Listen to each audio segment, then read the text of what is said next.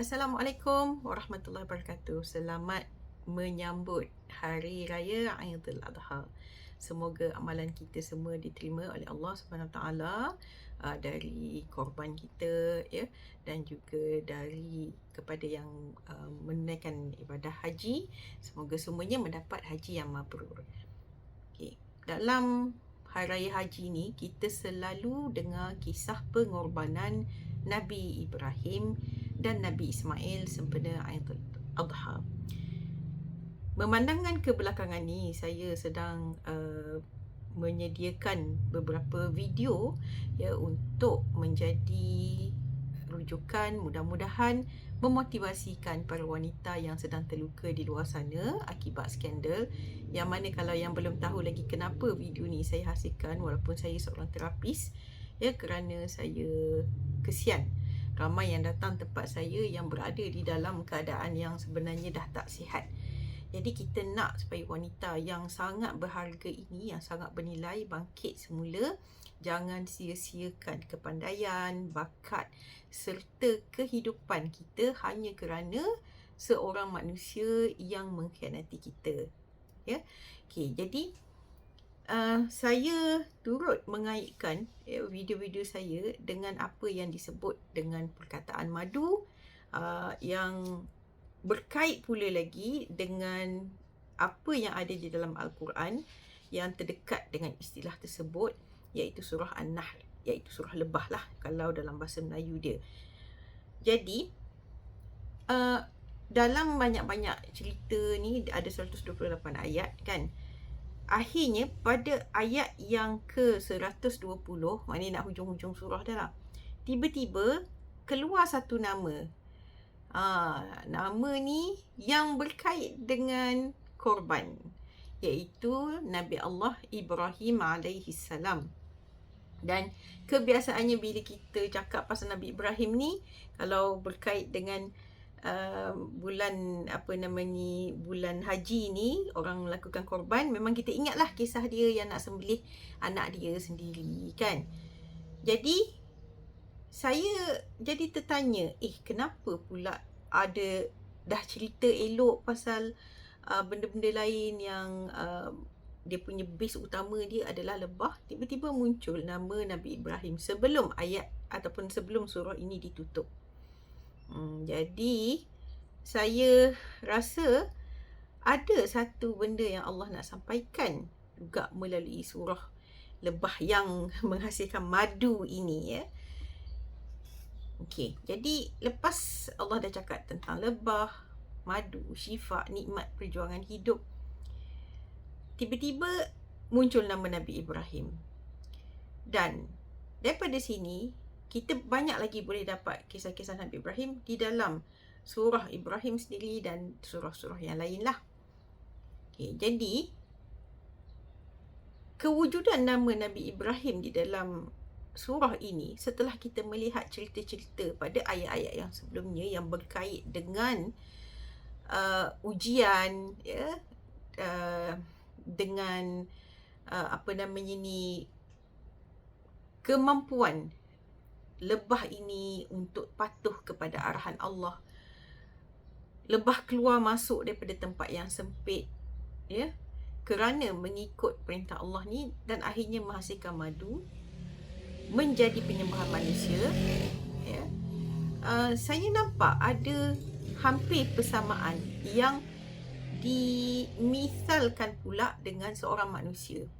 Ya, maksudnya kalau konteks contoh yang diaplikasikan konsep memahami dan juga mengikuti wahyu Allah ni ada pada seekor serangga kecil.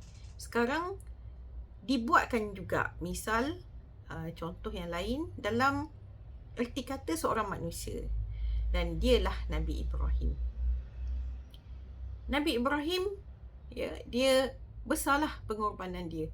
Dia sendiri korban. Kalau kita mungkin kita cakap pasal bermadu, poligami, skandal ni, kita fokus kepada yang perempuan lah, isteri kan, sebab dia dikhianati semua. Nabi Ibrahim dia tak khianat, tetapi dia turut diuji, dia turut mengalami kehilangan seorang yang dia sayangi, ya, kerana meninggalkan isteri keduanya yang masih lagi dengan anak yang kecil. Ya, Nabi Ibrahim ni dia tak ada anak dengan isteri dia yang pertama. Jadi diriwayatkan isteri pertamanya lah yang mencadangkan supaya Nabi Ibrahim berkahwin dengan Siti Hajar. Itu diriwayatkan lah. Dan akhirnya dapat anak.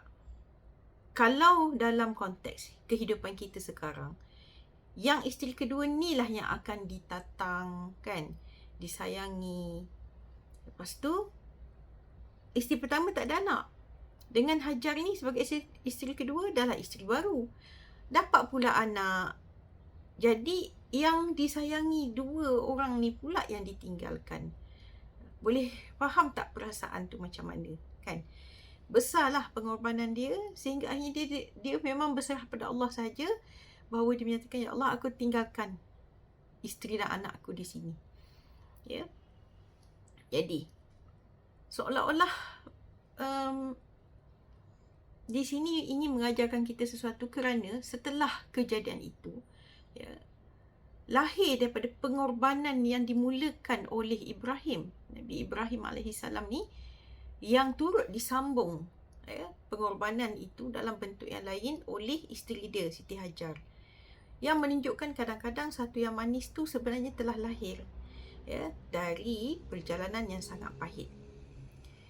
Dan di sinilah jarang, kalau bab pengorbanan ni kita jarang kaitkan dengan kisah pengorbanan seorang lelaki ini dan juga isterinya.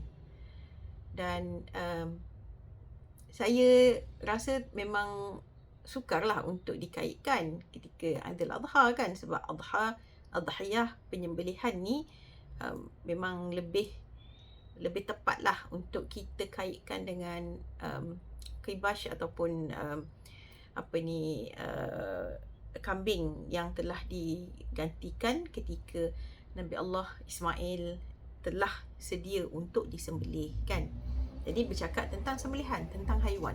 Sekarang ni kita tengok dalam sudut yang lain, rupanya ada kisah-kisah pengorbanan yang bukan dalam bentuk haiwan tetapi pengorbanan dalam bentuk yang lain. Itulah Hajar, yang merupakan seorang wanita yang ditinggalkan di lembah yang tandus dengan bayi kecil. Tak ada penempatan, tak ada kota pun di situ waktu tu. Tak ada manusia, tak tahu akan jadi apa. Ya?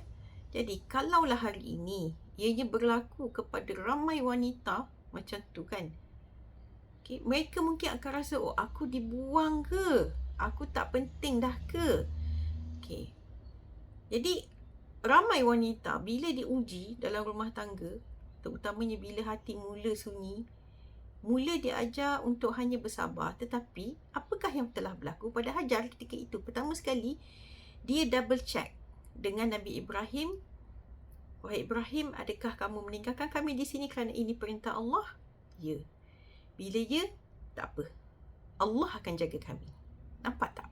Bukan dia kata, oh, tolonglah, siapa nak jaga kami, kan, takut kat sini semua. Tapi bila dia faham bahawa Nabi Allah Ibrahim meninggalkan kerana perintah Allah, dan dia tahu juga bahawa Nabi Ibrahim telah berkahwin dengan dia bukan kerana khianat, bukan didasari dengan skandal sehingga dapat kahwin, tetapi dia telah bersabar dengan isteri pertama dia sehinggalah dia sendiri dicadangkan, ya, untuk berkahwin dengan Siti Hajar. Maka di situ dia kenal bahawa Nabi Allah Ibrahim ni bukan buat sesuatu kerana nafsu dia, bukan, tetapi kerana ia adalah sesuatu yang kadang-kadang mungkin tidak selari pun dengan kehendak sebagai seorang manusia biasa, tapi dibuat juga. Jadi di situ hebatlah, bagi saya memang hebatlah, ya, Siti Hajar.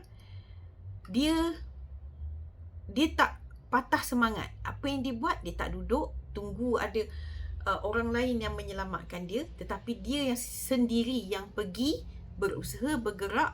Dan kalau orang yang dah pergi ke Mekah yang menunaikan umrah, itulah Safa dan Marwah, tempatnya Siti Hajar berlari cari air.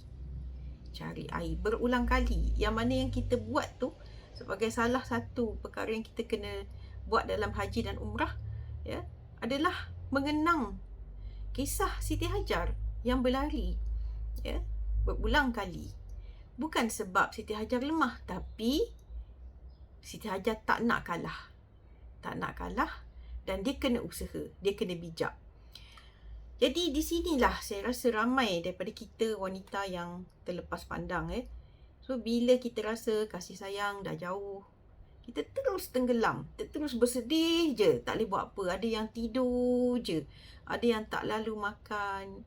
Siti Hajar ni makanan pun tak ada, cari air berlari. Kita makanan ada kat rumah pun tak makan. Sebab apa? Sebab terlalu sedih. Siti Hajar apa pun tak ada, apa pun tak ada. Penempatan pun tak ada. Kalau ada lah rumah-rumah orang, bolehlah juga tumpang berteduh ke, tumpang minum air ke. Tak ada. Kita ni rumah ada, makanan ada, air tak ada. Tapi kita biarkan diri kita tenggelam dalam emosi sampai sakit. Sampai anak pun tak makan. Sebab kita melayan emosi kita. Sebab kita rasa macam tak bernilai ke aku ni. Rasa hidup dah nak kiamat lah. Kerana kita terlalu bergantung dengan kehadiran seorang manusia tu. Dan di sinilah Hajar mengajar kita, ya, supaya kita tak patut menjadikan rasa sedih tu sebagai satu yang mematikan hidup kita, motivasi kita, ya. Saya yakin Siti Hajar sangat sedih pada waktu tu, tapi dia tak nak kalah, ya, sebab itu adalah manusiawi lah. Tapi jangan jadikan luka itu sebagai rumah untuk tempat kita tinggal lah. Kerana Siti Hajar tidak membina di situ bertahan untuk tak apa, aku redha sekejap lagi akan mati. Tak. Tetapi dialah yang telah membina tamadun di situ. Jadi kalau hari ni kita rasa kita diketepikan, rasa berseorangan, rasa seperti terlalu banyak berkorban, jangan berhenti hidup. Kita kena jadi seperti Siti Hajar, mencari air dalam konteks kita, ya. Cari ilmu, kekuatan, ketenangan. Carilah hubungan dengan Allah yang menjadikan kita tidak lagi bergantung dengan manusia. Dan ingat, ya, Zam-Zam tak keluar ketika Hajar rebah tanpa usaha. Memanglah finishing dia akhir sekali lah keluar dekat kaki Nabi Ismail je. Mungkin ada orang kata macam tu kan. Buat apalah susah-susah. Tak, dia nak menunjukkan usaha tu dulu. Usaha tu dahulu. Ya. Di situlah Allah ingin mengajar kita. Jadi, persoalan dia bukan sampai bila aku perlu bertahan. Tetapi apabila kita berada dalam satu mood kesedihan, ya, kerana ditinggalkan ke, dikhianati ke, diskandalkan ke, tanya diri kita, bila ya aku nak bergerak semula, aku nak bangkit dan aku boleh jadi seperti Hajar yang menghasilkan sesuatu yang aku rasa boleh memanfaatkan bukan hanya diri aku sendiri, tetapi orang lain juga turut dapat hasilnya dan pahala yang berpanjangan lah untuk kita sampai bila-bila, insya-Allah.